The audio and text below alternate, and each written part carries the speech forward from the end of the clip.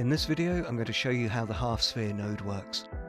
It's a terrain generator, so we find information about the terrain size, as well as two additional parameters, the radius and the height scale. The radius works in the following way.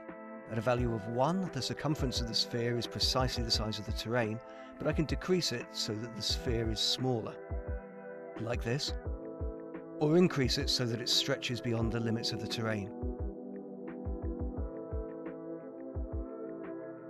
The height scale parameter works the same way. At 1, I have a perfect half sphere that I will be able to flatten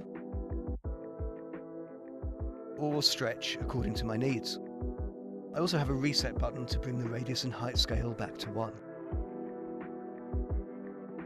So let's see this node in a more complex project.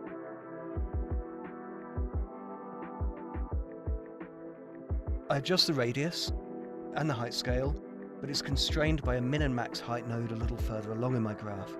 This prevents me from making too many changes to the center of the half sphere and allows me to make a little more change to the outside. Thank you for watching this video, and see you soon for the next tutorial.